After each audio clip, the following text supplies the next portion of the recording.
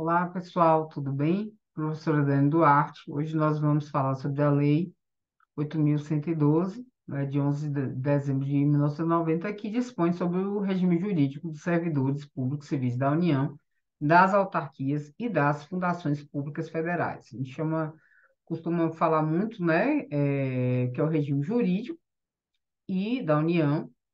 E, fora isso, né, também é muito comum a gente falar que é a Lei 8.112 de 90, né, porque é uma lei, até, né, pela própria data, né, em que ela foi, sancionada, ela é uma lei, assim, de muito tempo, né, tem algumas alterações aqui, né, ao longo desse tempo, e é uma lei muito cobrada em todo concurso público, né, para federal, tá?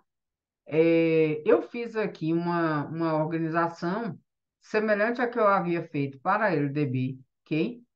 E lógico que assim, é um resumo, né? Tá, é uma espécie de sumário, ok?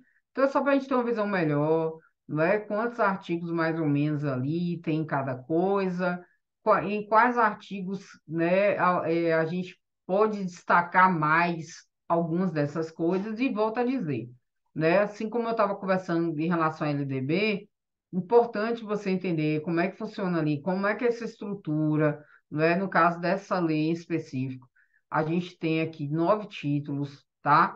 Só que o título 7 ele é um título,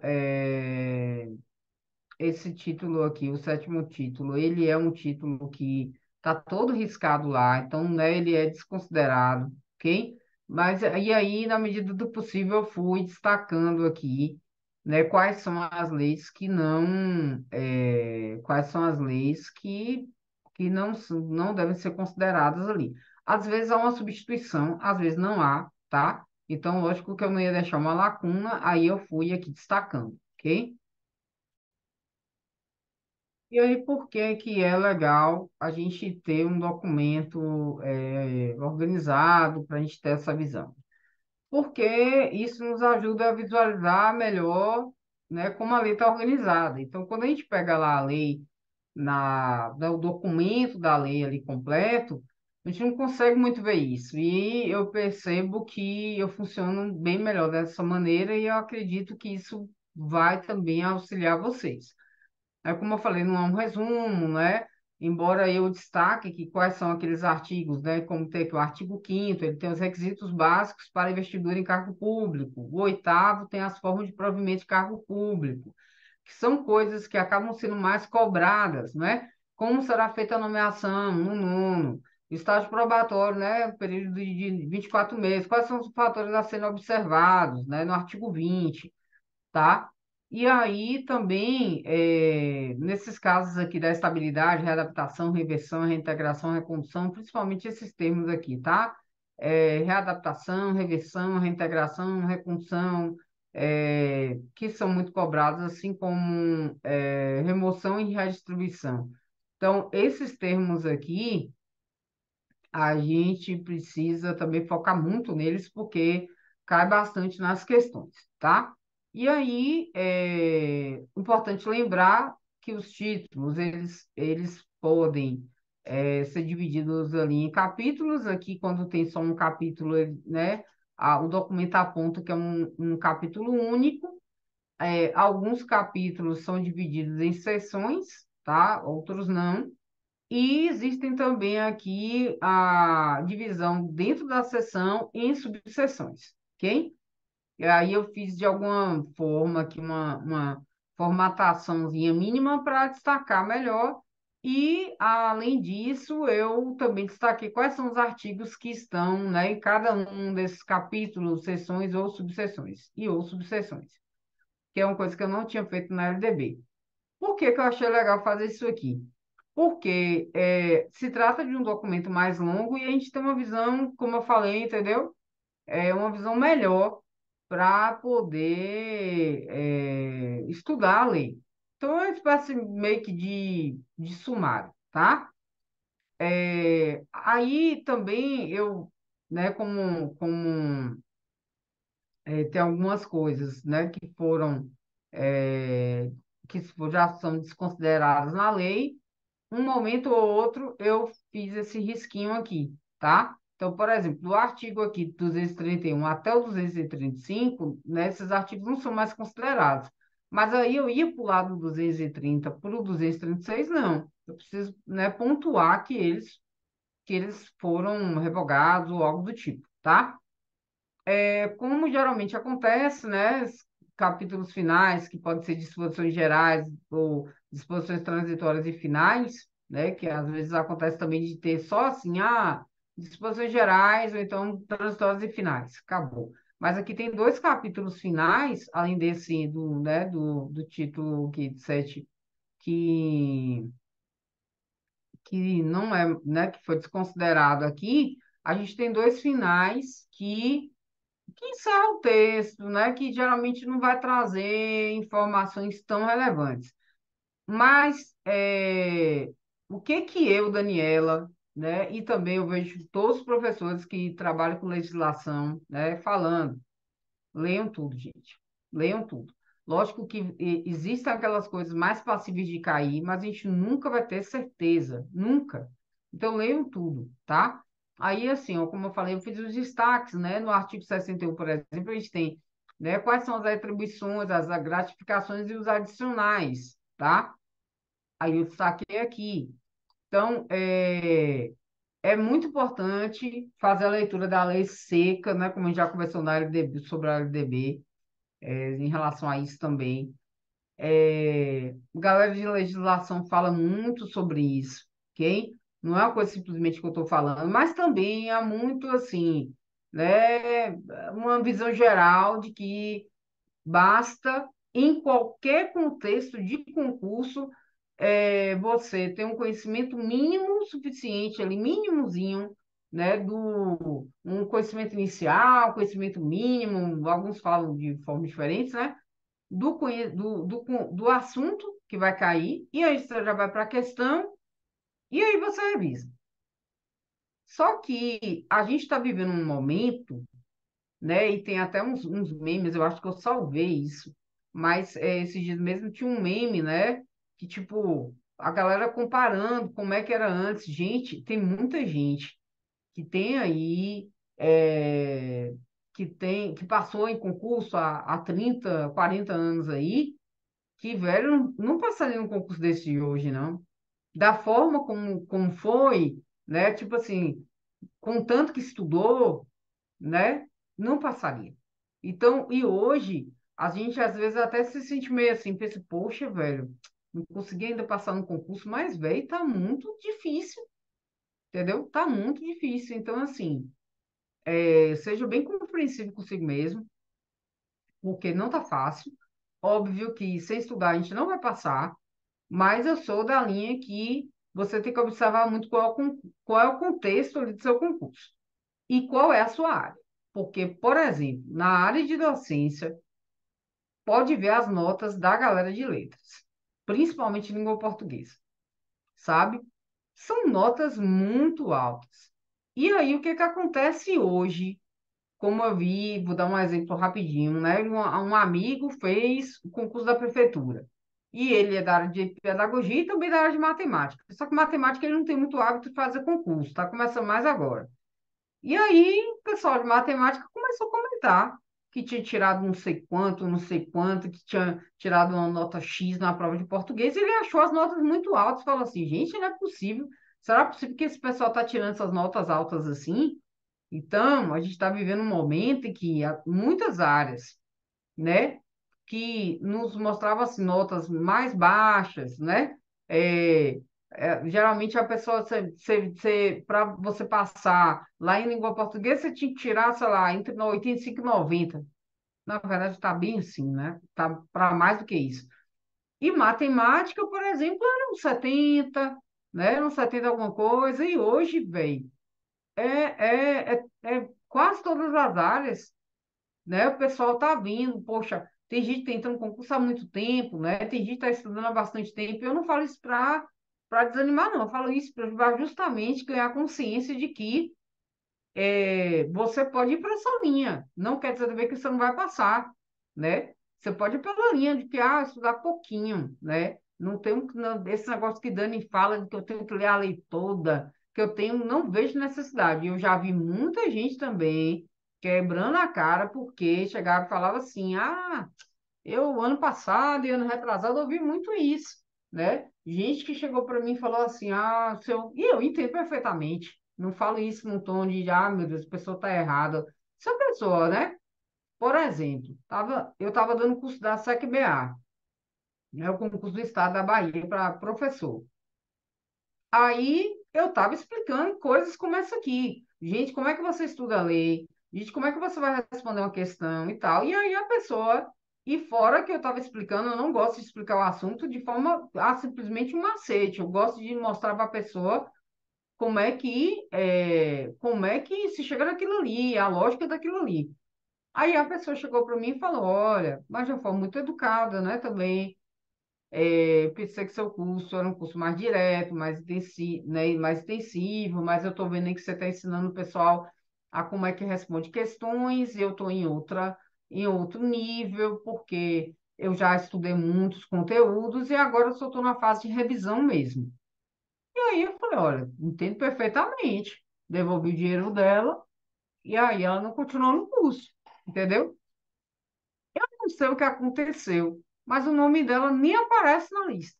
E quando o nome não aparece na lista, ou você desistiu, né? Ou você tirou menos de 60, entendeu? E aí foi o que aconteceu. E é uma pessoa que já tinha tentado outros concursos antes do Estado, e que se formou, inclusive, antes de mim, e da área de letras, língua portuguesa. Então, às vezes a gente acha que a gente está muito preparado, que a gente está muito isso, muito aquilo, e eu sou da linha de que a gente tem que, tipo assim, muita. A gente já não tem como ter certeza, mas você tem que ter o máximo de segurança possível, tá? E aí eu fiz essa organização aqui, volta e meia a gente pode voltar nisso aqui, tá? E aí a gente vai falando da lei. Então, como eu já falei, é um documento um pouco longo, é o ideal, pelo menos na minha cabeça, é realmente a gente imprimir, mas se você conseguir estudar bem, eu meio que me obriguei a conseguir estudar dessa forma aqui também, tá?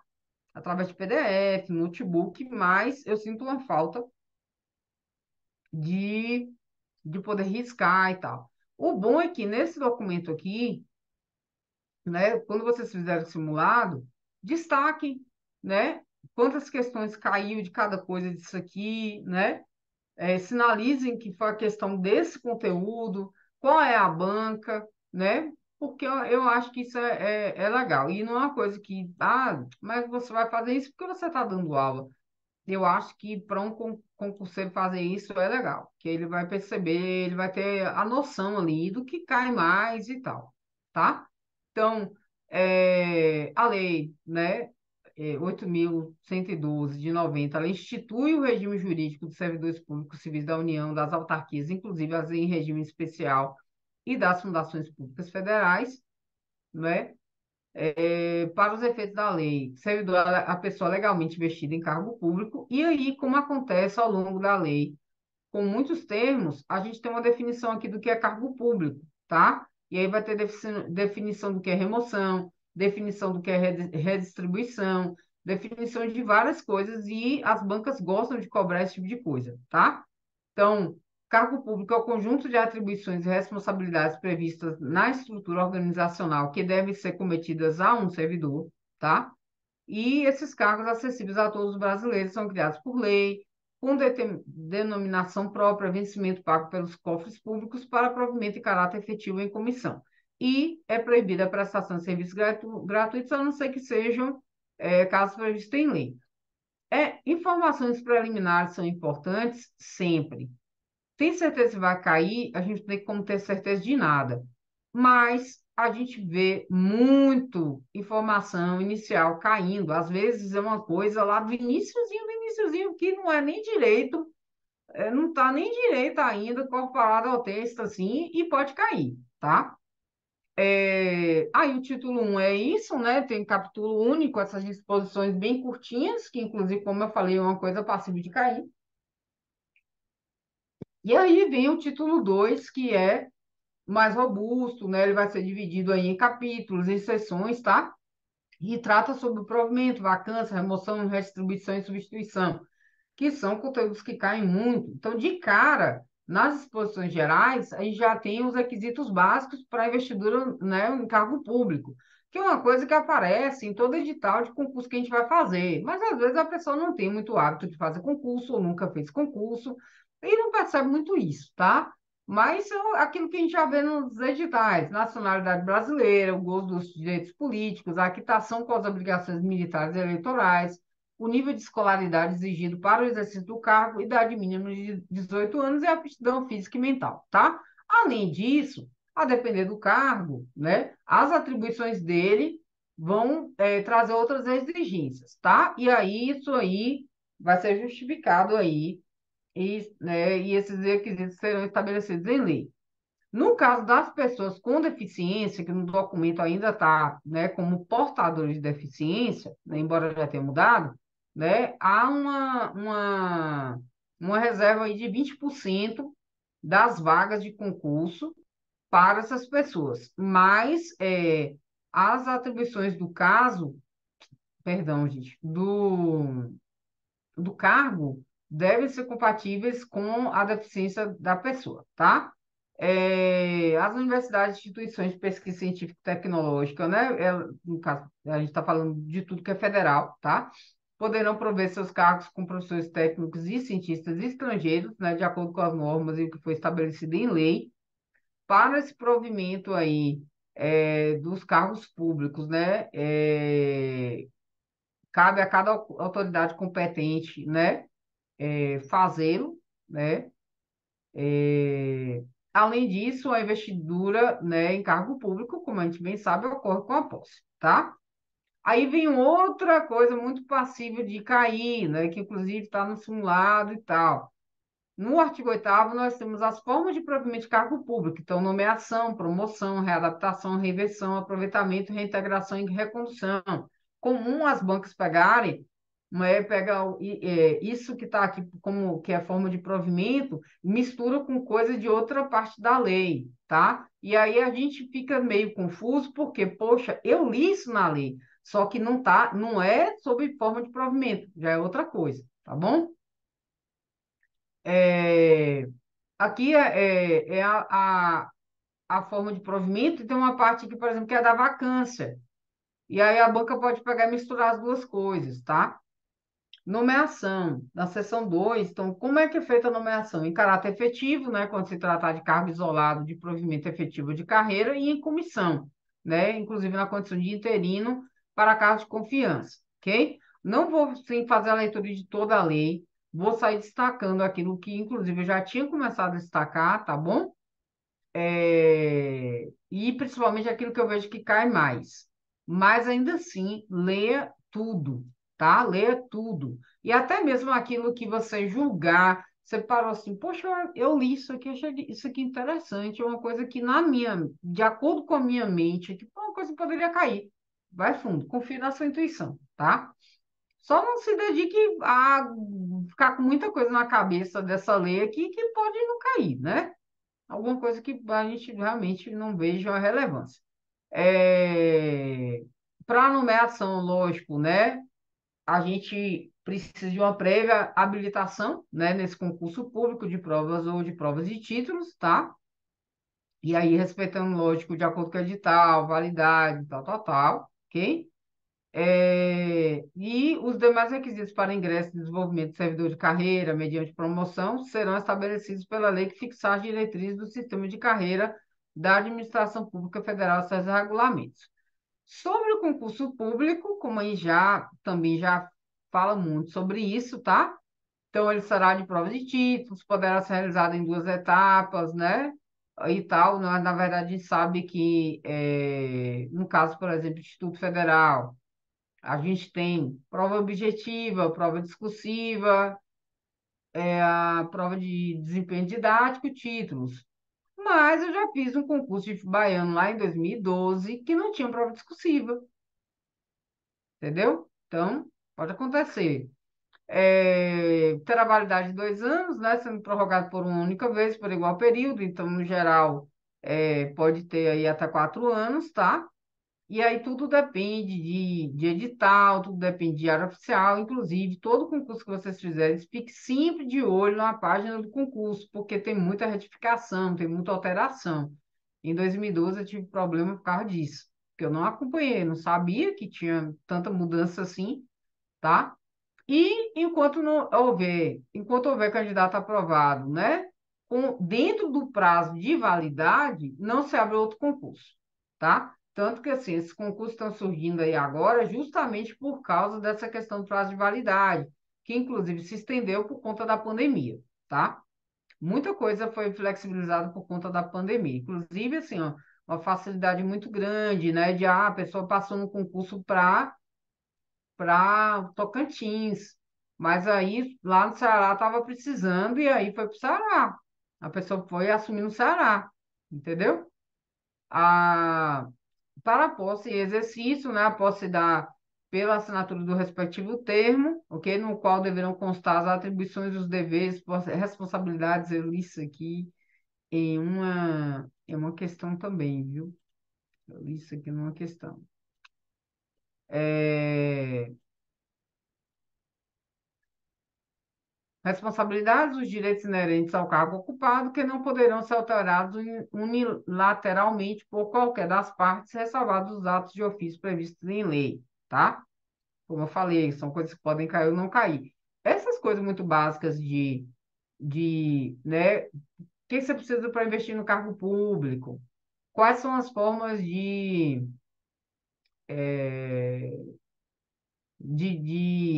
para investidura, né? Como é que você pode investir? Como é que você pode, é, como é que fala, gente?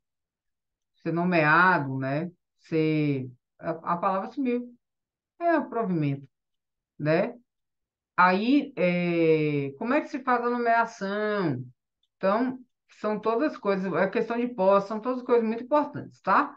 A posse ocorrerá no prazo máximo de 30 dias, a gente vê que muita coisa se repete, né? Quando se trata de estado e de município, não muda, muita coisa que vai ser semelhante. Poderá se dar também a posse mediante procuração específica. No ato da posse, assim como eu vejo também em todo concurso, o servidor apresentará a declaração de bens e valores, né, constituindo seu patrimônio, declaração quanto ao exercício ou não do cargo, né, em outra função pública, se ele tem, eu estou assumindo aqui de 20 horas, de 40 horas, mas eu só tenho 20 horas em tal lugar, ou então não tenho hora nenhuma em lugar nenhum, ou então, eu tenho 40 horas, então, né, não vou poder assumir, esse tipo de coisa. A posse também dependerá, né, de prévia inspeção médica oficial, né, e lógico que só vai ser empossado aquele que for julgado apto física e mentalmente para o cargo. Como eu falei, né, tem muita definição. Então, exercício ou efetivo desempenho das atribuições do cargo público e da função de confiança.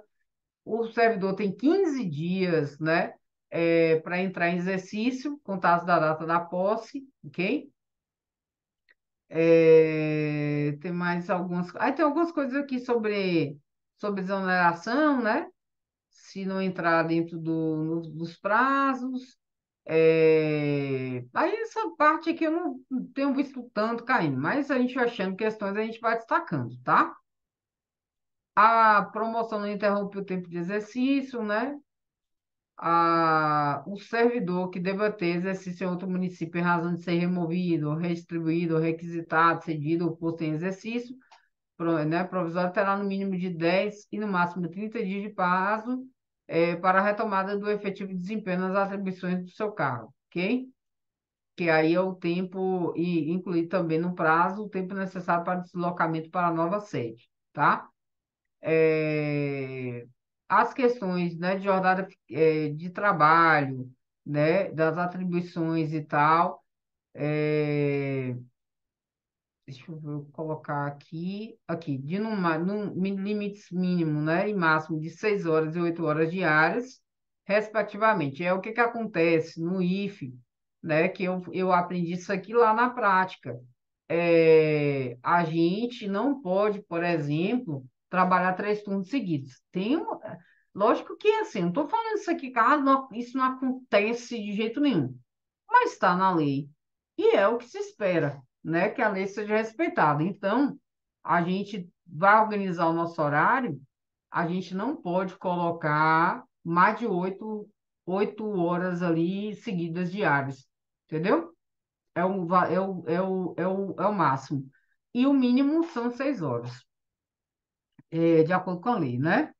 O ocupante de cargo em comissão ou função de confiança submete-se a regime de integral dedicação ao serviço, observado disposto, né, no artigo 20, né, podendo ser sempre convocado pela administração.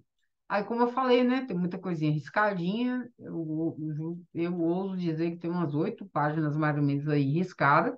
E aí, sobre o que eu falei dos fatores a serem observados durante o regime, o estágio probatório, são a assiduidade, disciplina, capacidade de iniciativa, produtividade e responsabilidade. Gente, essas coisas que são básicas, que tipo assim, poxa, é, dá para você falar que o servidor vai pegar a entrada, né? Passei no concurso. Eu vou lembrar de tudo que está aqui na íntegra, não sei o quê. Não, né? Muito provavelmente não, né? Mas existem algumas coisas na lei que são muito importantes. Então, assim, eu vejo às vezes assim, a pessoa tenta um concurso e tem coisa muito básica do básico do básico. Tipo assim, o mínimo é 18 anos. E aí a pessoa, sabe? Então, essas coisas aqui são coisas que a gente tem que saber, né? Que tem que realmente saber. E são coisas que acabam sendo cobradas mais no concurso, até por isso mesmo. E também é muito legal você fazer para quem gosta de criar questões, eu gosto de criar questões, pegar essas questõezinhas, né, que tem assim já bonitinho, ó, são 5, né, são 5 fatores a serem observados, né? Inclusive há um erro de concordância aqui em seguinte, né, que era para ser seguinte, tá? Então esse tipo de coisa é muito provável que caia, muito provável, tá? 4 meses antes de fim do estágio, o período probatório, né, será submetida a homologação de autoridade competente essa avaliação, ok? Aquele que não for aprovado vai ser exonerado ou, se estável, reconduzido ao cargo anteriormente ocupado, tá? Conforme a gente tem lá o artigo 29, ok? E aí tem algumas questões, né, que se o servidor está em estágio probatório, ele pode exercer quaisquer cargos de provimento e comissão ou de funções de geração, de direção, de chefia, de assessoramento, tá? Algumas questões aqui, ok? E no caso de licença e afastamento, né, previsto nesses artigos aqui, o estágio probatório, lógico, fica suspenso, tá? Que a pessoa, né, pediu licença, se afastou, então não tem como ela continuar em estágio probatório. Então ele fica, né, suspenso. Em relação à estabilidade, né, no documento, a gente, né, tinha que, ao completar 2 anos de efetivo exercício, né, o servidor habilitado em concurso e empossado, né, ele adquiriria estabilidade, mas há um novo documento que coloca o prazo de 3 anos, tá? E era uma coisa que também me chamava atenção, porque nos outros lugares são 3 anos, e no IFE eram 2 anos, né? O servidor estável só perderá o cargo em virtude de sentença judicial transitada em julgado ou de processo administrativo disciplinar, no qual lhe seja assegurada ampla defesa. Eu vi isso aqui numa questão também, tá? Mas eu já. É uma questão que vai botando não, não, não, não, não em tudo. A seção 6 ela é toda riscadinha, né? Então, aqui, a execução suspensa, foi revogado, e aí a gente já vai para a readaptação, tá? A readaptação, e aí é bom que os nomes nos ajudam de alguma forma, é a investidura do servidor em cargo de atribuições e responsabilidades compatíveis com a limitação que tenha sofrido em sua capacidade física ou mental verificada em inspeção médica, tá? Então, se aí nesse caso, se ele for julgado incapaz para o serviço público, ele vai ser aposentado, tá? Então, ela será efetivada em cargo de atribuições afins, respeitada a habilitação exigida, nível de escolaridade, tudo isso. Então, é uma readaptação, tá bom? Já é servidor, e aí ele vai investir em atribuições e responsabilidades que vão ser compatíveis com a limitação que ele tenha sofrido, ok? No caso da reversão, a gente tem um servidor aposentado que retorna à atividade, tá? E aí existem alguns casos aqui que são motivos para essa reversão. Um primeiro deles é que, por invalidez, né, quando a junta médica é oficial declarar, a gente, no comments, declarar insubsistentes os motivos da aposentadoria, então, a pessoa se aposentou, mas aí a junta médica observa que os motivos da aposentadoria não se sustentam, né? Então, acaba acontecendo essa reversão. E os outros casos todos que tem aqui são do interesse da administração. Então, né, se tiver solicitada a reversão, se a aposentadoria tiver sido voluntária, né, estável quando na atividade, a aposentadoria tem ocorrido nos 5 anos antes, né, da solicitação e haja cargo vago, ok? Ela tem que se fazer no mesmo cargo, no cargo restante da transformação, ok? Ai, Deus. Aí eu pego e clico no negócio, né? Já me perdi aqui. Pronto, voltei. Ok? E o tempo em que o servidor estiver em exercício será considerado para a concessão da aposentadoria. Então, tudo isso vai voltado aqui para essa questão aí da reversão, tá? No caso do servidor, né, que já tiver completado 70 anos de idade, não pode haver reversão, tá? Isso é importante também. No caso da reintegração, é uma reinvestidura do servidor estável no cargo anteriormente ocupado ou no cargo restante de sua transformação, quando invalidada a sua demissão por decisão administrativa ou judicial, com ressarcimento de todas as vantagens. Minha dica, e eu vou fazer isso aqui, porque eu acho até um negócio meio decoreba, mas eu vou fazer um quadro porque isso é muito cobrado. E aí eu vou fazer um quadrinho que vocês podem ficar dando uma olhada, tá? Porque isso pode ser meio confuso, né? Porque o nomezinho reintegração, poderia ser uma reintegração lá onde é reversão, pelo nome, entendeu? Então, assim, é importante entender que a reversão tem a ver com a aposentadoria. A pessoa se aposentou e ela vai voltar.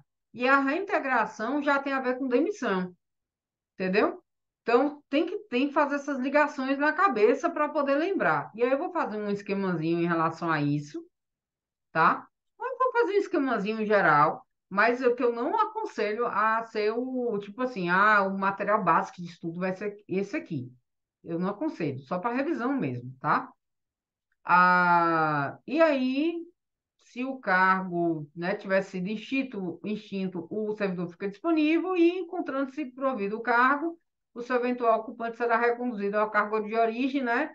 João entrou no cargo de José, que está agora sendo reintegrado. Então, João vai voltar para o cargo dele de origem, tá? E, né? E aí, José vai ocupar esse cargo que é dele aí, tá? A recondução é o retorno do servidor estável ao cargo anteriormente ocupado e decorrerá de. A gente acabou de falar de reintegração de João, que João, por exemplo, João estava num cargo que era de José reintegrado, né? E aí, o que que acontece?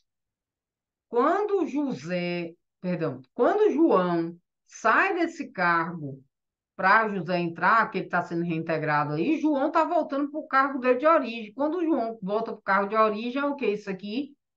Né? Uma recondução, tá? E aí é o segundo motivo aqui, que é no caso de reintegração do anterior ocupante, né? Ah, Além disso, tem a inabilitação, hoje eu estou terrível, em estágio probatório relativo a outro cargo, ok? Aí, nesse caso aí, há uma recondução. A pessoa, ela não tem condições de ser habilitada para esse, né, para esse novo cargo, e aí ela é reconduzida ao anterior, ok? É, E no caso do cargo de origem, se está ocupado, o servidor será aproveitado em outro, tá? Nesse caso aí. Da disponibilidade e do aproveitamento. Então, o retorno à atividade do servidor em disponibilidade, né, será feito mediante aproveitamento obrigatório em cargo de atribuições e investimentos compatíveis com o anterior ocupado, ok? E aí, a coisa principal é aquela ali mesmo, não tem muita, né? Será tornado sem efeito o aproveitamento, cassada a disponibilidade do servidor não entrar em exercício no prazo legal, salvo doença comprovada por junta médica oficial, ok? Aí tem essas questões também que são importantes. E aqui da vacância, né? Como é que uma vaga surge, né? Ela vai surgir decorrente de exoneração, demissão, promoção, readaptação, aposentadoria, posse em outro cargo inacumulável e falecimento, tá? Então, perceba, por exemplo, que remoção não está nessa lista, tá? E eu já vi questão aí que eles misturam as coisas, que acabam misturando as coisas, tá? Pode misturar também aqueles outros elementos lá, da investidura, né? Do provimento de cargo. Ah, como é que a pessoa foi lá, ela assumiu, né? Como é que esse cargo, como é que ocorre o provimento desse cargo? E aí a banca vai lá e mistura as coisas. Por que que esse tipo de questão é bem inteligente e traiçoeira? Porque você lê o documento e aí você fala, velho, eu li isso em algum lugar. Eu li isso em algum lugar. Só que aí você não leu isso aqui sobre a vacância. Aquilo ali que você leu não é sobre a vacância, é sobre outra coisa, tá? E aí eles misturam as coisas e você acha que você viu na lei, naquele lugar, mas não está naquele lugar, tem outro, tá? A exoneração se dará a pedido do servidor ou de ofício, tá? E no caso da exoneração de ofício, é quando não satisfeitas as condições do estágio probatório, lembrando que existem lá elementos que são avaliados no estágio probatório e a pessoa pode não passar no estágio probatório e ela pode ser exonerada por isso, tá? Ou quando tendo tomado posse, o servidor também não entrar em exercício no prazo estabelecido. Tomou posse, mas não entrou, né? Não entrou no prazo estabelecido, exoneração, tá? No caso de cargo em comissão, a dispensa de função, né, de confiança se dá a juiz da autoridade competente ou a pedido do próprio servidor. Aí vem o capítulo 3 que traz duas coisas, que inclusive, porque eu só faz reunir essas duas coisas, que são a remoção e a redistribuição, tá? A remoção é o deslocamento do servidor a pedido ou de ofício no âmbito do mesmo quadro com ou sem mudança de sede, tá? Então, para fins do disposto nesse artigo, entende-se por modalidade de remoção. Aí lá no. Tô passando creme na mão. Lá no nosso sumáriozinho que eu fiz lá, eu pontuei, né? Eu deixei em evidência que aí no artigo 36 a gente tem as modalidades de remoção, tá? Então, uma das modalidades é a de ofício, né, que é no interesse da administração, a pedido, que é a critério da administração, e a pedido para outra localidade, independentemente do interesse da administração, ok? Aí, nesses casos de independente do interesse da administração, pode ser para acompanhar cônjuge, né, ou companheiro, que também é servidor público civil ou militar de qualquer dos poderes da União, dos estados, ou DF, ou municípios que foi deslocado no interesse da administração. Então, eu tenho, né, um cônjuge ou uma cônjuge, um companheiro ou uma companheira, que foi deslocado para, né, para outra localidade e tal, né, para outra, como a gente falou aqui antes, né, que foi deslocado por interesse da administração. Então, eu vou fazer o pedido também. Não fui eu que fui deslocada, mas a pessoa com quem eu estou tal foi deslocada, tá? Por motivo de saúde do servidor, cônjuge, o companheiro ou dependente que viva às suas expensas e conste do seu assentamento funcional condicionada à comprovação por junta médica oficial, e aí, né, você vai ter que comprovar tudo direitinho, e em virtude de processo seletivo promovido na hipótese em que o número de interessados for superior ao número de vagas, de acordo com as normas pré-estabelecidas pelo órgão ou entidade em que aqueles estejam lotados, tá? No caso da redistribuição, a gente tem um deslocamento de cargo de provimento efetivo, ocupado ou vago no âmbito do quadro geral de pessoa, né? Para outro órgão, entidade do mesmo poder, com apreciação do órgão central do CIPEC, ok? E aí, para isso, observa os seguintes preceitos: interesse da administração, equivalência de vencimentos, manutenção da essência das atribuições do cargo, vinculação entre os graus de responsabilidade e complexidade das atividades, mesmo nível de escolaridade, especialidade ou habilitação profissional e a compatibilidade entre as atribuições do cargo e as finalidades institucionais do órgão ou entidade. Até agora eu não vi questão bem sobre isso, não sei, no que diz respeito aos preceitos, mas como eu falei, esses nomes, recondução, restituição, remoção, são muito cobrados, tá? Ela pode ocorrer, né, ela ocorrerá ex officio para o ajustamento de lotação, né, da força de trabalho, as necessidades dos serviços, né, e sempre se dará aí essa comunicação, né, em relação à CIPEC, o órgão central do CIPEC, tá? Nesse caso da redistribuição, ela se fará mediante, né, ato conjunto, tanto da CIPEC quanto né, juntamente com os órgãos e entidades da administração pública federal que estiverem envolvidos, tá? O servidor que não for, às vezes eu pulo porque é o que é mais relevante, o servidor que não for retribuído ou colocado em disponibilidade poderá ser mantido sob responsabilidade do órgão central do CIPEC e ter exercício provisório em outro órgão ou entidade até seu adequado aproveitamento, tá? Sobre substituição, né, os servidores investidos em cargo ou função de direção ou chefia, os ocupantes de cargo de natureza especial terão substitutos indicados no regimento interno, ou, no caso de omissão, previamente designados pelo dirigente máximo do órgão ou entidade, tá? O substituto assumirá automática e cumulativamente, sem prejuízo do cargo que ocupa, o exercício do cargo, de direção, né? Esses que eu falei aí, tá? E que deverá optar pela remuneração de um deles durante o respectivo período. Você não, a pessoa substitui ali, mas ela não pode receber, lógico, os dois tipos de vencimento. Ela tem que, né, de remuneração, tem que escolher, tá? Também fará jus à retribuição pelo exercício do cargo, né, função, né, nos casos dos afastamentos ou impedimentos legais do titular superiores a 30 dias consecutivos, tá? E aí paga aí na proporção dos dias da substituição. Sobre direitos e vantagens também, que é importantíssimo, né? A gente tem o vencimento da remuneração, e aí vencimento, né? Assim como também quando estuda para outros concursos, né? Vencimento é a retribuição pecuniária pelo exercício de cargo público, com valor fixado em lei, e remuneração é o vencimento do cargo efetivo, mais as vantagens pecuniárias permanentes estabelecidas em lei, tá? Então, a remuneração é mais completa, ok? É, o vencimento do cargo efetivo, né, acrescido às vantagens de caráter permanente é irredutível, ok?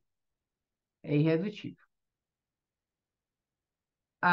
É assegurada a isonomia de vencimentos para cargos de atribuições iguais ou semelhantes do mesmo poder ou entre servidores dos três poderes, ressalvadas as vantagens de caráter individual e as relativas à natureza ou ao local de trabalho. Me lembro muito disso aqui, né? A isonomia tem a ver com a igualdade, né? E aí eu me lembro muito disso aqui porque eu fiz a seleção de. Agora eu estou em dúvida se isso aconteceu, mas eu acho que foi na de 2012. Fiz a seleção de 2012 e depois teve uma galera que fez a seleção meses depois. Foram poucos meses depois. E aí no edital tinha um valor, né, de remuneração no edital e outras pessoas fizeram também essa seleção. E depois, no edital seguinte, tinha uma diferença, tipo, entre 800 e R$ 1.000 de diferença no salário. E aí eu lembro que um rapaz que ele também ele estava como professor lá de, não sei, eu acho que era de língua portuguesa, mas ele também era da área do direito. Aí ele tentou entrar com isso aqui, sobre a isonomia que é assegurada. Só que aí o que vale é o edital, né? E aí não teve jeito, não. Essa questão da isonomia não contou. A, o servidor perderá a remuneração do dia em que faltar ao serviço sem motivo justificado. O IFBA é o lugar onde eu trabalhei que tem isso de forma mais assim, bem organizada. Então, se você faltou, né, a aula, ou você faltou a algum tipo de reunião, né, conselho de classe, qualquer coisa do tipo, você tem que fazer um memorando justificando sua ausência, né? A depender, lógico, você não, né, não há uma necessidade, uma coisa absurda para você ficar anexando documentos, né, atestando isso, mas você precisa fazer isso, né? Mandar um memorando. A parcela de remuneração diária proporcional aos atrasos, ausências justificadas, ressalvadas as concessões, né, do que trata lá no artigo 97, saídas antecipadas, né? É, salvo na hipótese de compensação de horário até o mês subsequente ao da ocorrência, a ser estabelecida pela chefia imediata, tá? Então, tanto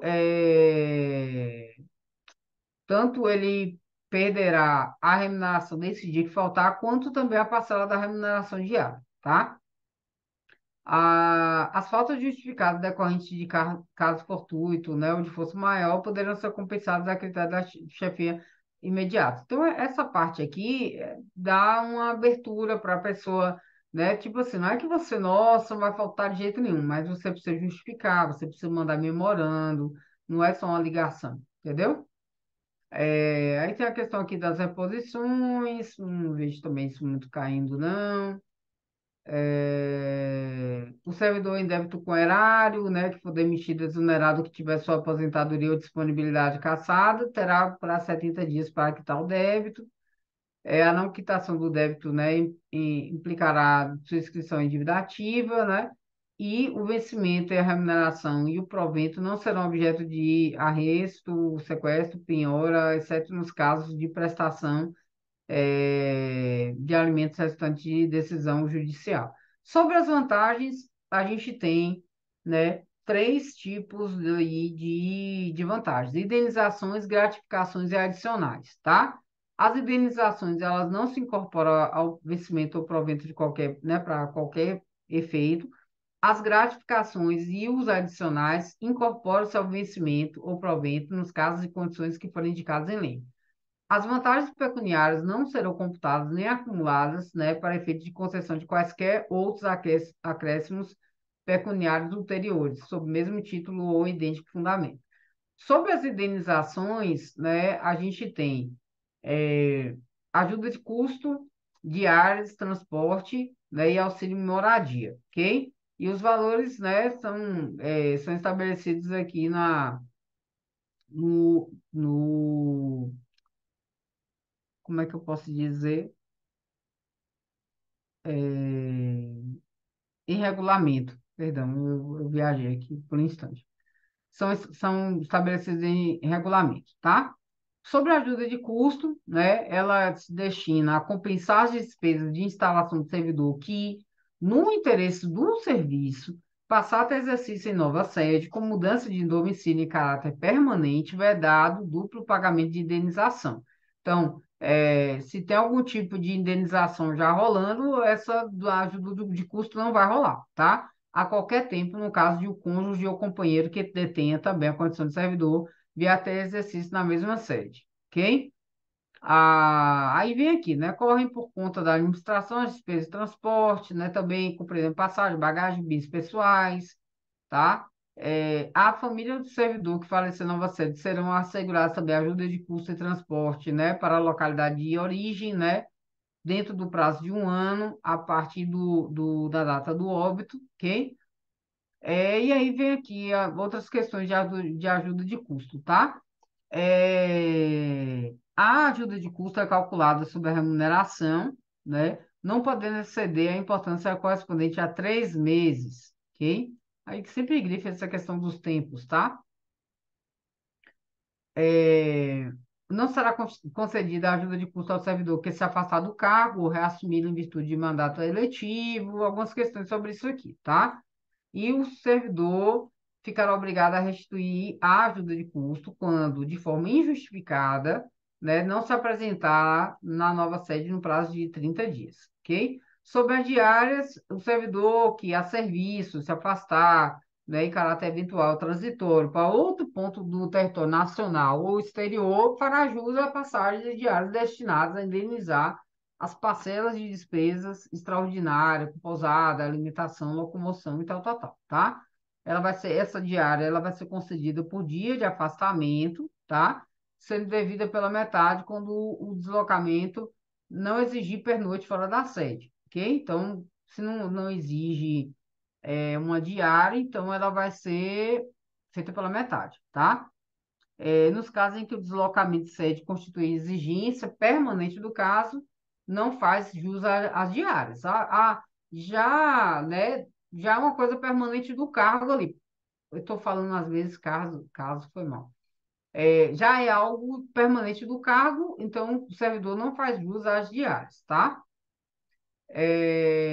Também não fará jus, né, aqueles que se deslocar dentro da mesma região metropolitana, aglomeração urbana, microrregião, todas essas questões, tá? O servidor que receber diárias e não se afastar da sede vai ter que restituir no prazo de 5 dias. Tem muita coisa, eu acho que é também porque eu já li isso aqui antes, no ano passado, aí eu vou lendo, eu vou lembrando. Isso aqui caiu na prefeitura, mas é porque eu li. A indenização de transporte, né, será concedida ao servidor que realizar despesas com a utilização de meio próprio de locomoção para executar, né, serviços externos por força das atribuições próprias do cargo, tá? Aí tem aqui do auxílio moradia, também que é uma subseção, que consiste no ressarcimento das despesas comprovadamente realizadas pelo servidor com aluguel de moradia, né, ou com meio de hospedagem administrado por empresa hoteleira no prazo de um mês, né, após a comprovação da despesa pelo servidor. E aí o auxílio moradia será concedido de acordo com os seguintes requisitos: não exista imóvel funcional disponível para o servidor, né, usar, cônjuge ou companheiro do servidor não ocupe imóvel funcional, o servidor, né, ou seu cônjuge ou companheiro não tenha sido proprietário, promitente comprador, cessionário ou promitente cessionário de imóvel no município, né, onde exerceu o cargo.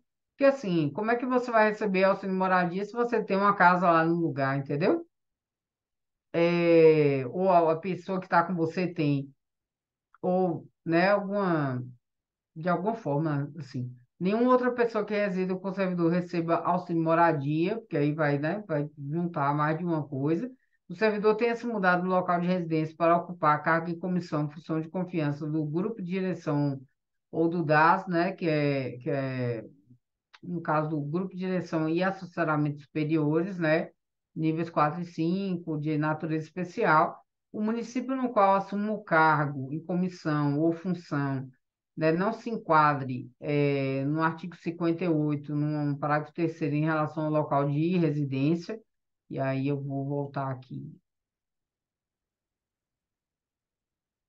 aí no caso aqui do artigo 58, tá? Essas questões aqui. Aí sempre, se necessário, volte, tá? Volte. O servidor não tenha sido domiciliado ou tenha residido no município nos últimos 12 meses, aonde foi exercer o cargo de comissão ou função de confiança, desconsiderando o prazo inferior a 60 dias dentro desse período, deslocamento não tenha sido por força, aí eu me perco. O deslocamento não tenha sido por força de alteração de lotação ou nomeação, e o deslocamento tenha ocorrido após 30 de junho de 2006, tá? Aí é uma alteração que foi feita, é, e é o que, como a partir daquele momento alguma alteração foi feita ali em 2006, a gente vai ficar futucando muito não, mas é isso, tá? Aí, no caso de falecimento, né, de exoneração, colocação do imóvel funcional à disposição do servidor ou aquisição de imóvel, ainda durante um mês será pago o auxílio moradia, tá? Sobre gratificações adicionais, também é um assunto muito legal para, né, ser cobrado em uma prova dessa. A gente tem a retribuição pelo exercício de função de direção, chefia e assessoramento, gratificação natalina, o adicional pelo exercício de atividades insalubres, perigosas ou penosas, o adicional pela prestação de serviço extraordinário, o adicional noturno, o adicional de férias, outros relativos ao local ou natureza do trabalho e a gratificação por encargo de curso ou concurso, tá? Na subseção 1, a gente trata aqui, quer dizer, lê sobre a retribuição pelo exercício de função de direção, chefia e assessoramento, e a gente vê que ao servidor ocupante de cargo efetivo investido em função de direção, chefia ou assessoramento, cargo de provimento e comissão, ou de natureza especial, é devida retribuição pelo seu exercício, tá? Fica transformada em vantagem pessoal nominalmente identificada, parece um objeto não identificado, né? A incorporação da retribuição pelo exercício de função, né, desse tipo de chefia, de direção, tá? Sobre a gratificação natalina, ela é um dado importante que também para a gente grifar, circular, fazer o que for, porque ela corresponde a 1/12 da remuneração que o servidor fizer jus no mês de dezembro, tá? E a fração é igual ou superior a 15 dias, né, será considerada como mês integral e ela é paga até o dia 20 do mês de dezembro de cada ano, tá? O servidor exonerado ele também perceberá sua gratificação natalina proporcionalmente aos meses de exercício, né, vai ser calculada ali, e essa gratificação ela não é considerada para cálculo de qualquer vantagem pecuniária. Na subseção 3 tudo foi riscado, tá? Por adicional do tempo de serviço. Na subseção 4 a gente tem algumas informações sobre adicionais de insalubridade, periculosidade ou atividades penosas. Então, as pessoas que trabalham, né, nessas situações assim, né, de locais insalubres, né, contato permanente com substâncias tóxicas, radioativas ou, né, risco de vida, elas fazem jus a esse tipo de adicional, ok? Se você faz jus adicional de insalubridade e de periculosidade ao mesmo tempo, você tem que optar por um deles, tá? O direito ao adicional de salubridade ou periculosidade cessa com a eliminação das condições dos riscos, então você não está mais correndo risco, né, de vida e tal, né, a questão das substâncias tóxicas, então automaticamente aí vai perder esse direito, tá? Haverá permanente controle, né? Então, sempre vai estar avaliando. A servidora gestante ou lactante, ela vai ser afastada durante o período de gestação e lactação desse tipo de operação nesses lugares, tá? É, Aí essas concessões vão ser observadas em legislação específica. No caso de atividade penosa, será devido aos servidores em exercício em zonas de fronteira ou em localidades cujas condições de vida justifiquem, né, nos termos aí, condições e limites fixados em regulamento. Quem também opera com raio-x ou substâncias radioativas, né, é mantido sob controle permanente e, em relação a isso, esses servidores devem fazer exames médicos a cada 6 meses. Do adicional por serviço extraordinário, será remunerado com acréscimo de 50%, né, em relação à hora normal de trabalho e também somente será permitido, né, para atender situações excepcionais e temporárias, respeitado o limite máximo de 2 horas por jornada, tá? Aí, às vezes, assim, né, na prefeitura, por exemplo, tem mais explicações sobre isso, no caso do documento de Vitória da Conquista. Você vai trabalhar, você vai trabalhar num feriado, né, por exemplo, tá? E aí vai observar todas essas questões aí, muito semelhantes, tá? E é 50% também. No caso do serviço noturno, entre 22 horas de um dia e 5 horas do dia seguinte, né? Quem trabalha dentro desse período aí tem acrescido aí 25%, computando-se cada hora como 52 minutos e 30 segundos, ok? E se tratando de serviço extraordinário, né? O acréscimo de que trata esse artigo aqui incidirá sobre a remuneração prevista no artigo 73, ok? Que é os 50% lá do serviço extraordinário, ok? Independente de solicitação em relação às férias, que já são férias, né? Independente de solicitação, será paga ao servidor por ocasião das férias um adicional correspondente a um terço da remuneração do período de férias. Eu me lembro que na UNEB, né, a UNEB tem que pedir. E aí, no meu primeiro contrato, né, não tinha um SEI, não tinha, na verdade, não acessava o site do RH Bahia. E aí, quando ia receber, às vezes recebia tudo assim muito acumulado, né? No caso do servidor, que deve acontecer no IF também, se você, mas no IF eu não lembro bem como reda, se tinha alguma coisa lá que sinalizava, que na UNEB tem lá bonitinho, né? Quando é que você quer receber suas férias e tal. Da gratificação, da gratificação, aí,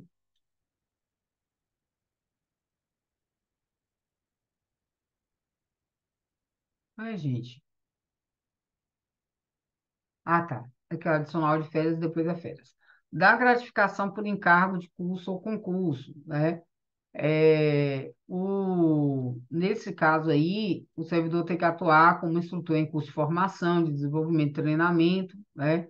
Participar de banca examinadora de comissão para exames orais, né? Para análise curricular, coisa do tipo. Participar da logística de preparação, né? De realização de concurso público envolvendo atividades de planejamento, de coordenação, recebe por tudo, né? Supervisão, tal, tal, tal, participar da aplicação, fiscalizar, avaliar a prova de exame de vestibular de concurso público e supervisão essas atividades, né? E esses critérios, eles são fixados em regulamento, também não é uma coisa que eu vejo muito cair, não, tá? É, E aí, esse valor é calculado em horas, a retribuição não poderá ser superior a 120 horas de trabalho anuais. Tem que observar muitas questões a respeito disso, tá? O valor máximo da hora trabalhada corresponderá, né, aos seguintes percentuais, tal, tal, tal, e tem aqui os valores, né, que foram alterados, ok? Que não vejo muita possibilidade de cair, não. O servidor fará jus né, a 30 dias de férias, que podem ser acumulados até o máximo de 2 períodos, né, em caso de necessidade de serviço, lógico, considerando a legislação específica, tá? Para você gozar do primeiro período aquisitivo de férias, são exigidos 12 meses de exercício, tá? É vedado levar a conta de férias qualquer falta ao serviço. Ah, que vontade. Não, hoje eu não vou, não. Ah, vou contar nos meus 30 dias. Não pode, né? É meio óbvio isso, mas sei lá. Elas podem ser parceladas também em até 3 etapas, né? Se for requerida pelo servidor de interesse da administração. O pagamento da remuneração de férias será efetuado até 2 dias antes do início do respectivo período, então, às vezes, é até estranho quando a gente vai falar com alguém assim, tem gente que não entende muito, né? Ah, eu recebi as férias, né?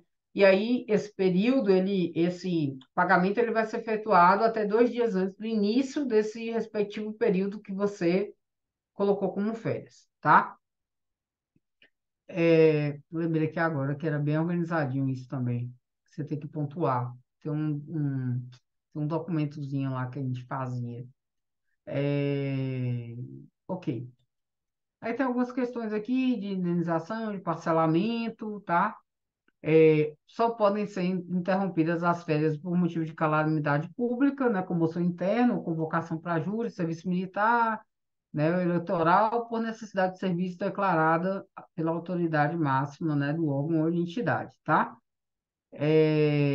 O restante do período interrompido será gozado de uma vez, conforme o artigo 77.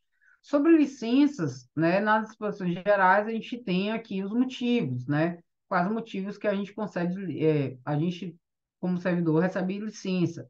Então, por motivo de doença, né, em pessoa da família, por motivo de afastamento do cônjuge ou companheiro, para serviço militar, atividade política, para capacitação, interesses particulares ou para desempenho de mandato classicista, tá?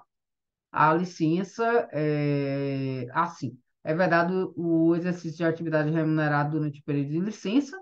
Ah, vou tirar uma licença aqui, vou ali fazer uns negócios para não sei quem, um serviço, né? Então, assim, é vedado o exercício de atividade remunerada. E a licença concedida dentro de 60 dias do término de outra da mesma espécie será considerada como prorrogação, ok? Vou grifar mesmo, não sei uma coisa meio óbvia. Sobre licença por motivo de doença em pessoa da família, né? Veja que já tem aqui várias alterações, né? Poderá ser concedida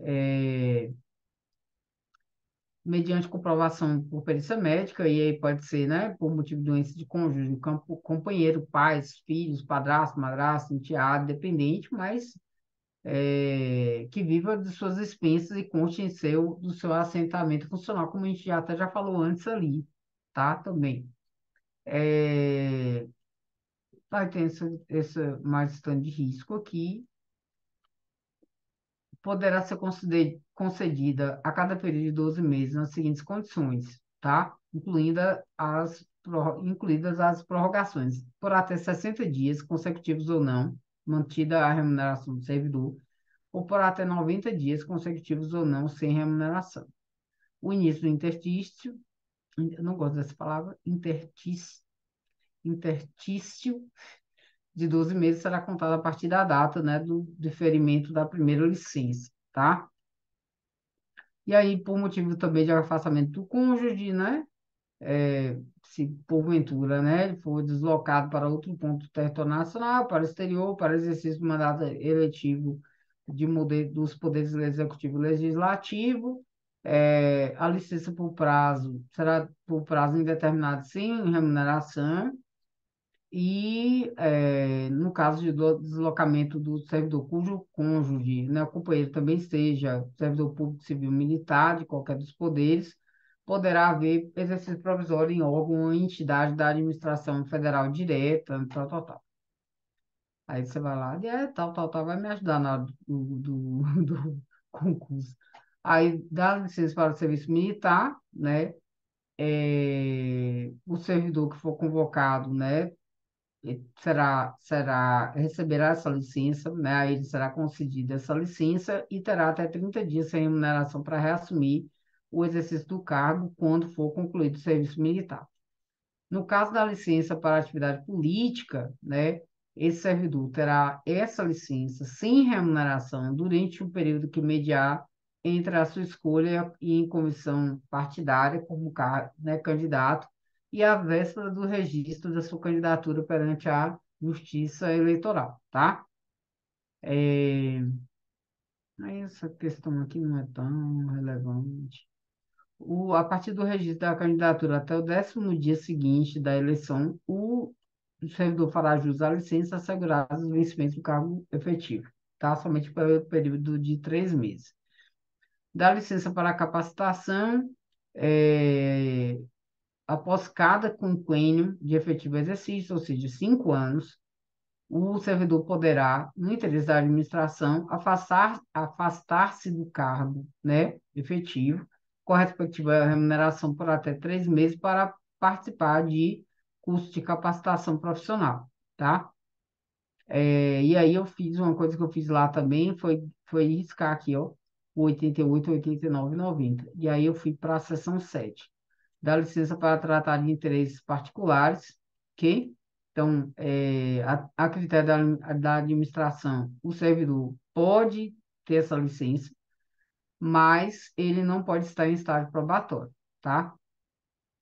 E essa licença para tratar de assuntos particulares é no prazo de até 3 anos consecutivos sem remuneração. Essa licença pode ser interrompida a qualquer tempo, né, a pedido do servidor do interesse do serviço, sobre a licença para desempenho de mandato classicista, é assegurado, né, essa licença sem remuneração, ok? E aí tem algumas coisinhas aqui, mas eu nunca vejo muito caindo assim, não. Essa parte não, tá? Dos afastamentos, o servidor poderá ser cedido para exercício em outro órgão ou entidade dos poderes da União, Estados, UDF, municípios, nas seguintes hipóteses: para exercício de cargo em comissão ou função de confiança, em casos previstos em leis específicas, ok? E aí, nesses casos, o ônus, né, da remuneração será do órgão ou entidade cessionária, mantido o ônus para o cedente nos demais casos, tá? Então, nos casos de órgãos ou entidades dos estados, DF ou municípios, quem vai pagar é quem está aí cedendo, ok? Ah, deixa eu descer mais aqui. Sobre afastamento, né, para o exercício do mandato eletivo, aplicam-se as seguintes disposições, quase que eu falei errado. Trata-se de mandato federal, estadual, distrital, né? Perdão. Quando se tratar, ficará afastado do cargo. No caso de investido no mandato de prefeito, será afastado do cargo, sendo-lhe facultado optar pela sua remuneração e investido no mandato de vereador também. Aí, nesse caso, havendo compatibilidade de horário, perceberá as vantagens do seu cargo sem prejuízo da remuneração do cargo eletivo, e não havendo compatibilidade de horário, será afastado do cargo, sendo-lhe facultado optar pela sua remuneração. Eu me lembro que um prefeito de Conquista, que é professor,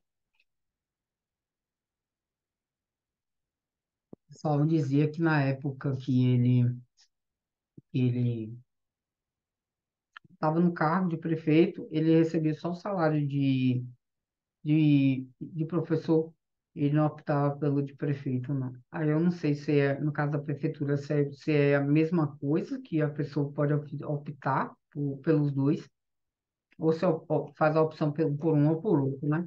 Não lembro, mas eu acho que ele podia fazer isso. Sobre afastamento para estudo ou missão no exterior, é, o servidor não poderá se ausentar sem autorização do presidente da República, tá?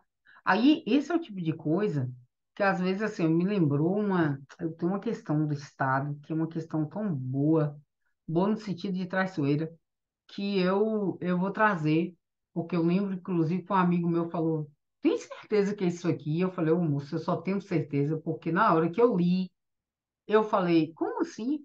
Aí, como me chamou muita atenção, e estava muito no início também, mas me chamou a atenção. Porque às vezes tem uma coisa que está no início e você ignora. E aí me chamou muita atenção. E tinha a ver justamente com o presidente da República. Eu falei, gente, eu jamais saberia disso aqui. Aí eu acertei porque me chamou muita atenção e eu grifei. E aí, na hora que eu li, eu falei, já sei a resposta. O servidor não poderá ausentar-se do país para estudo ou missão oficial sem autorização do presidente da República, presidente dos órgãos do Poder Legislativo e presidente do Supremo Tribunal Federal. Então, é o tipo de coisa que às vezes você olha assim, ué, eu preciso de uma autorização do presidente da República para isso, entendeu? É o tipo de questão traiçoeira. A ausência não excederá a 4 anos e fim da missão em estudo, somente decorrendo igual período, será permitida uma nova ausência. Isso aqui acontece muito, tá? No geral, nas prefeituras e tal, você é liberado X tempo, né, para estudar, né, seja aqui no Brasil ou fora, e depois você tem que ficar X tempo trabalhando e não pode ser liberado para outra coisa para você, né? Tipo, é como se você estivesse pagando esse tempo, de alguma maneira, né? Entre aspas, viu, gente? Daqui a pouco fala lá, a Daniela falou que está pagando tempo, tá? Ao servidor beneficiário do disposto neste artigo, não será concedida exoneração ou licença para tratar de interesse particular antes de decorrido período igual do afastamento, ressalvada a hipótese de ressarcimento da despesa havida com o seu afastamento. Então, quando eu falo pagar, eu falei entre aspas assim, mas é meio que pagar, pagar mesmo. Porque se você não pagar com sua vida, se você não pagar com tempo, né? Se você ficou 4 anos fora, se você não ficar 4 anos trabalhando, você vai ter que pagar a despesa que rolou com o afastamento, entendeu?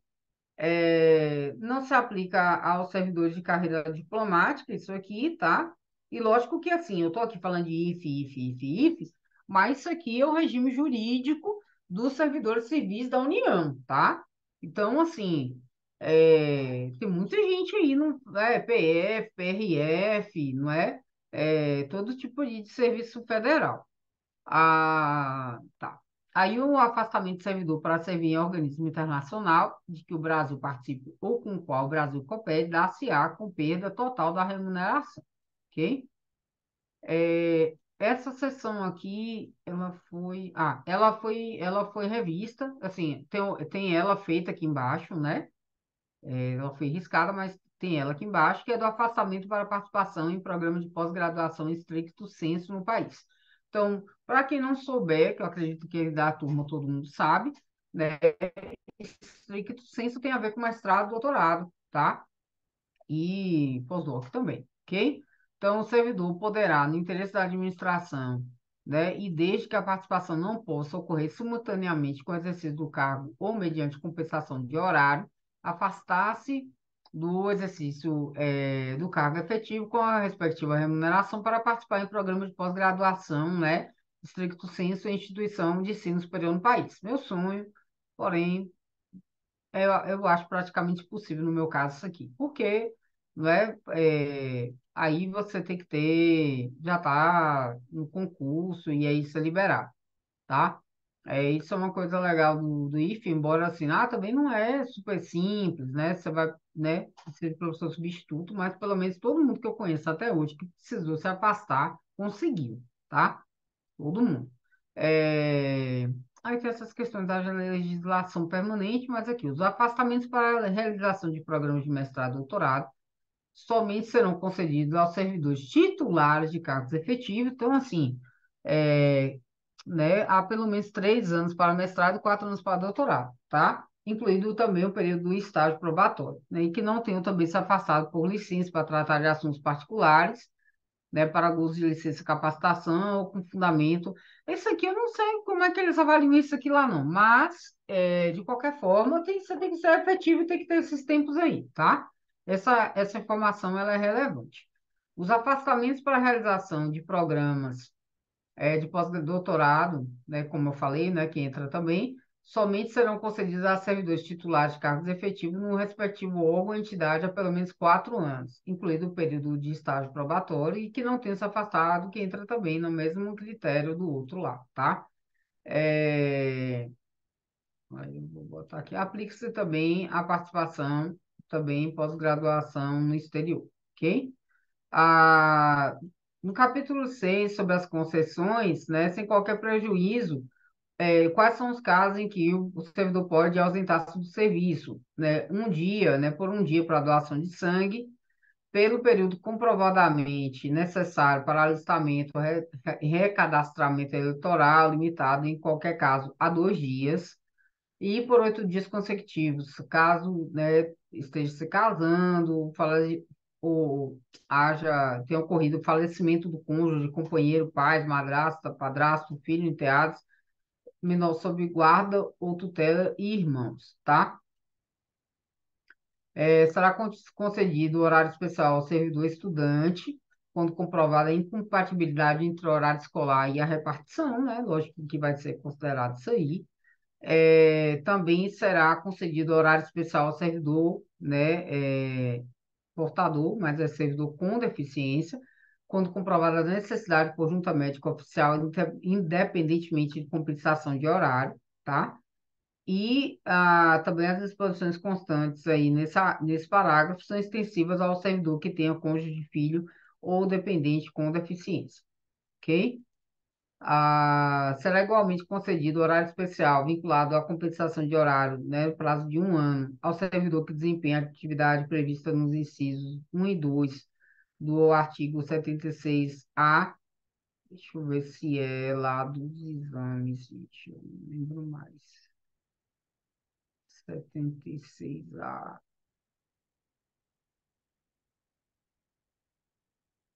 É é da gratificação aqui. É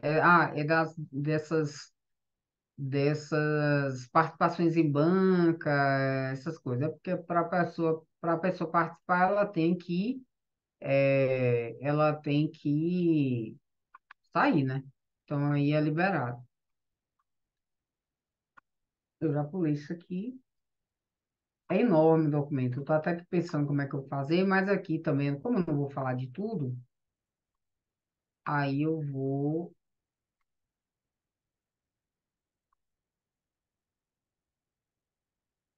Já falei também. A mente do ser humano. E aí muito cansaço. Mas tá, a gente está caminhando. Não deixem de ir vendo as aulas e lendo os documentos, não, tá bom? Tempo de serviço é contado para todos os efeitos o tempo de serviço público federal, né? Inclusive o prestado às Forças Armadas, é feito em dias, tá? Essa apuração aqui é feita em dias, que serão convertidos em anos, considerado o ano como de 365 dias. Tem necessidade de falar isso? Tem, porque como tem ano bissexto, tem necessidade de falar isso, tá? Além das audiências, né, previstas no artigo 97, também tem os seguintes afastamentos, tá? Férias, exercício de cargo, comissão equivalente ou em órgão, entidade, né, de poderes da União, dos estados, do município e do DF, tá? Vou botar aqui, vou grifar isso aqui também. Grifei férias 2 vezes, é porque é muito importante. Exercício de cargo, função de governo ou administração em qualquer parte do território nacional por nomeação do presidente da República. Desempenho de mandato eletivo federal, estadual, municipal do DF, exceto para promoção por merecimento. Júri e outros serviços obrigatórios por lei, missão, né, ou estudo no exterior, quando autorizado o afastamento, conforme também dispuser o regulamento, e a licença, a gestante adotante a paternidade, para tratamento da própria saúde até o limite de 24 meses, cumulativo ao longo do tempo. Interessante que eu estava conversando com uma amiga minha bem sobre isso aqui agora. Tem 2 anos ela está afastada para tratamento de saúde, e aí 2 anos é o limite. Para desempenho de mandato classicista, né, ou participação de gerência, administração e sociedade cooperativa constituída por servidores para prestar serviços a seus membros, exceto né, para efeito de promoção por merecimento, por motivo de acidente em serviço ou doença profissional, para capacitação conforme dispuser o regulamento, por convocação de serviço militar e aí, no inciso 9, deslocamento para a nova sede, né, que lá no artigo 18 trata sobre isso, participação em competição desportiva nacional ou convocação para integrar a representação desportiva nacional. Dani, até isso tem, porque a gente tem que lembrar que o atleta, assim, a gente tem atletas que são somente atletas, e a gente tem atleta que é das Forças Armadas, tem atleta que é professor, né? Então, é isso. Afastamento para servir em organismo internacional de que o Brasil participe, né? Ou com o qual coopere, como eu já até tinha falado antes, e para efeito de aposentadoria e disponibilidade, vai se contar o tempo de serviço prestado aos estados, municípios e Distrito Federal. Só que aí tem umas coisas específicas sobre isso, tá? A licença para tratamento de saúde, né, da família do servidor, com remuneração, né, que excede 30 dias no período de 12 meses.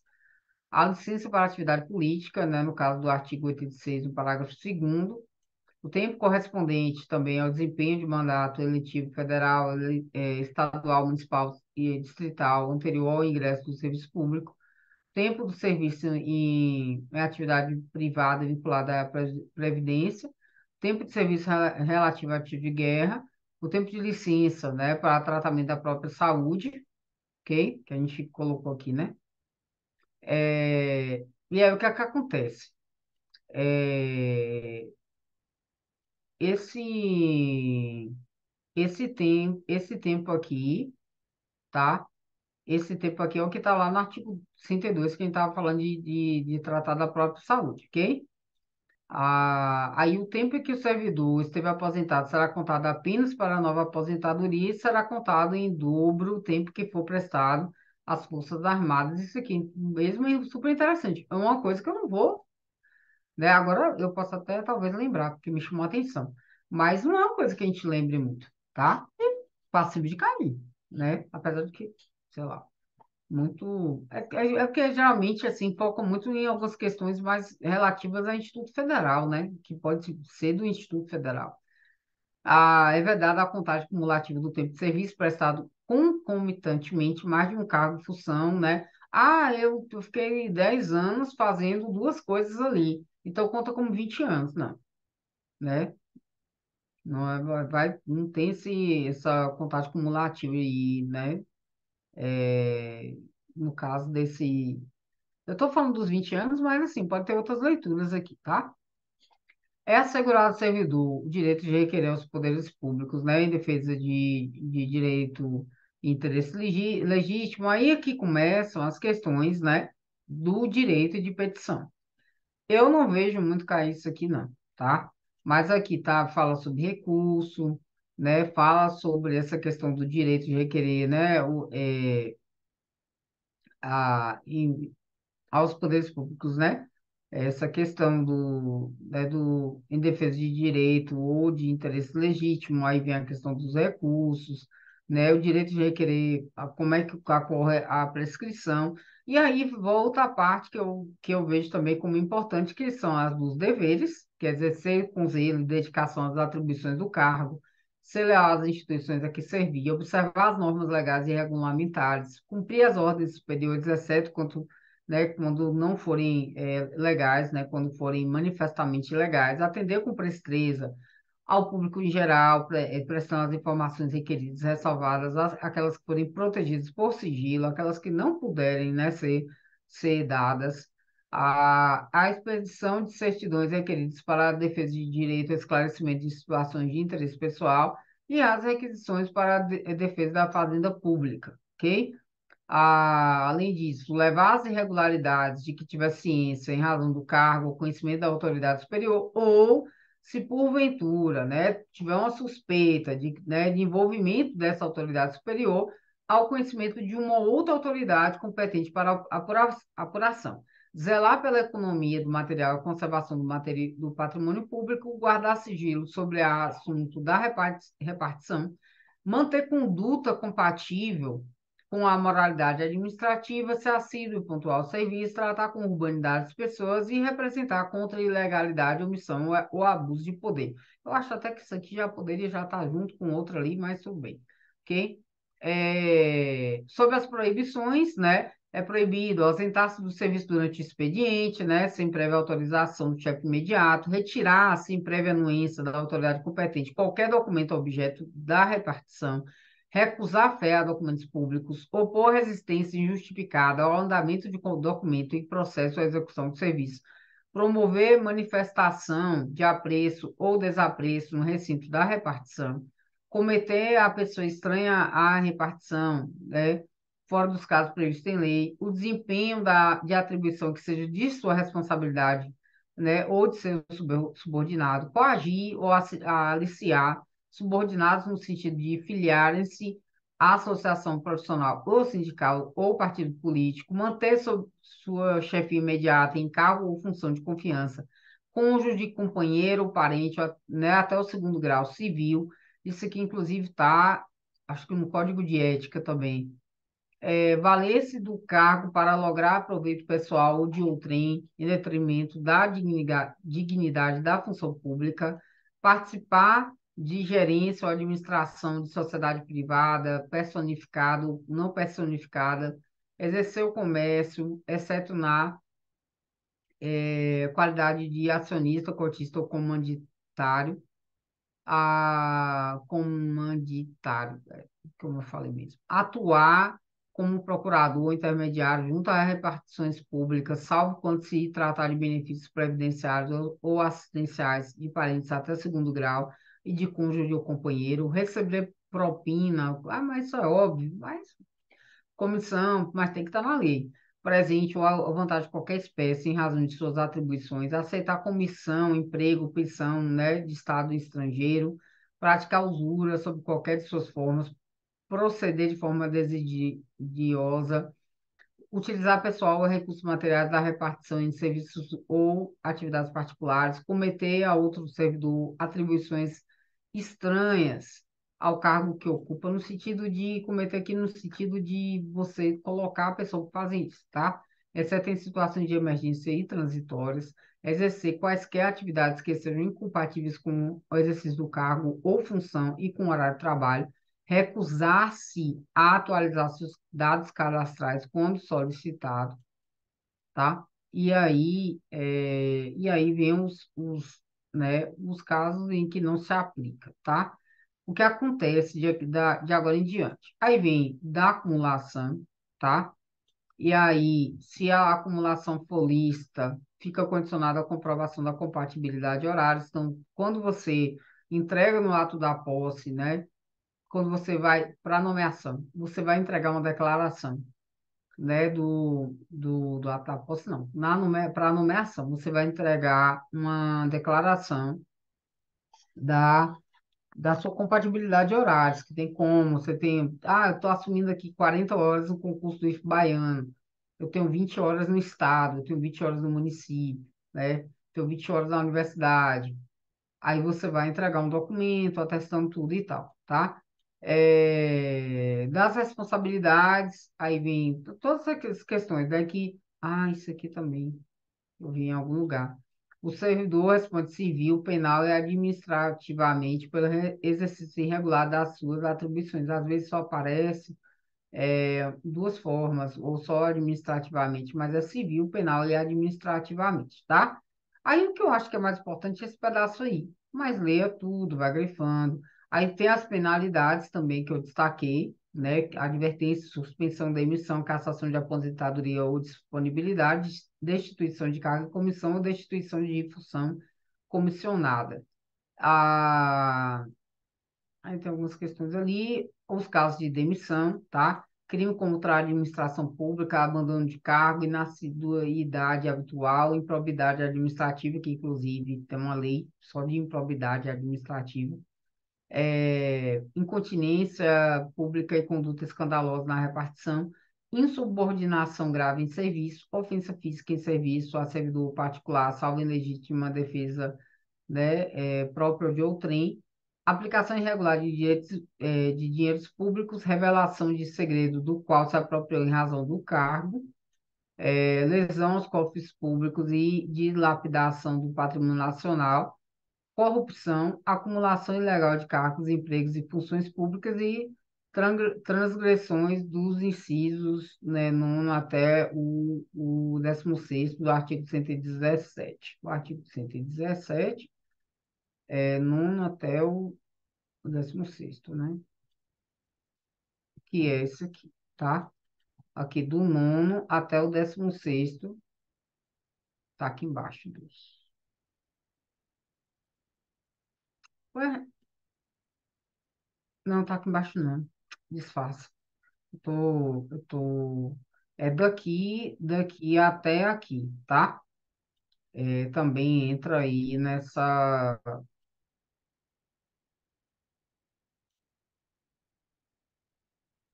nesses motivos para demissão, tá? Aí daqui em diante, aí vai ter mais coisas sobre essas questões de demissão, tal, tal, tal. Aí vem processo administrativo disciplinar, que é o título que eu falei, assim, que vai ter muita coisa. É uma lei muito longa. Eu vejo as questões que são cobradas mais daquela parte inicial, né? Pode cair alguma coisa de deveres e de proibições. Agora sim, deveres, por exemplo, é uma lista muito longa, né? Da seguridade também, eu acho, né? Que é uma coisa que é importante também a gente ler, mas eu não vejo caindo assim, sabe?